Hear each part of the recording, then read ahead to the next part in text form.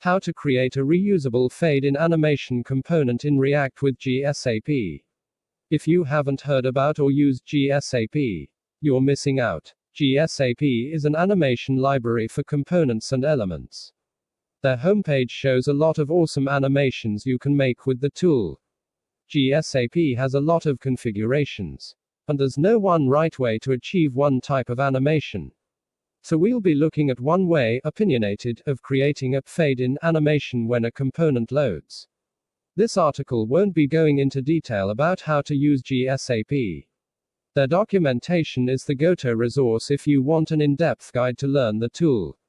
It's something simple. When a component is loaded, wherever it fades in, we'll also add directions so that the component fades in from area to the normal position.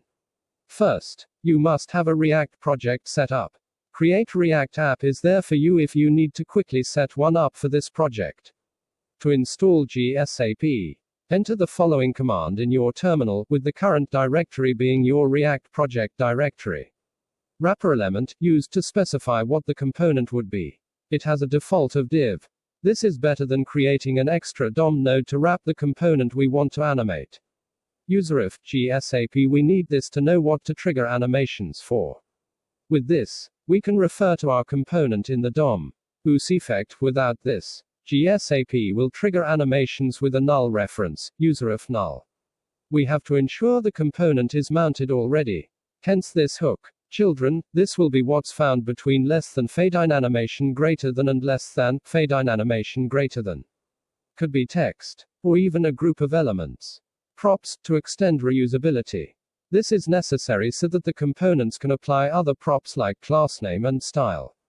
Direction, for cases where we want to add direction to the fade-in effect. The default value is null. We initialized a variable distance to be 200. This is useful for cases where a direction is applied. You can also add this to the input props so that the component using it can decide. We have our switch case.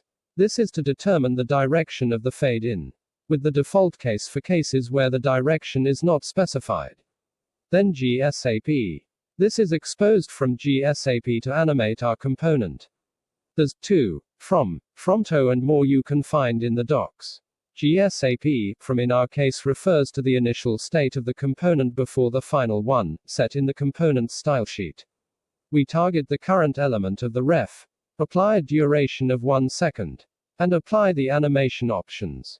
Fader direction, we spread the object so it appears there as x, 200, or as specified. X is for horizontal and Y is for vertical. Of course, you can configure it further, like making a fade-in bounce effect, fade-in rotate, and other fun things. But I hope this article has given you a brief and concise introduction to how awesome GSAP is and how to get started doing amazing things on the web. Side note, this is similar to the setup I'm using in a new animation package I'm launching soon. I'll share it in this article when it's published. Front-end web developer, technical writer and graphics designer. I love teaching what I know and like writing a lot. Lover of JavaScript. Learn to code for free. FreeCodeCamp's open source curriculum has helped more than 40,000 people get jobs as text source, freecodecamp.org.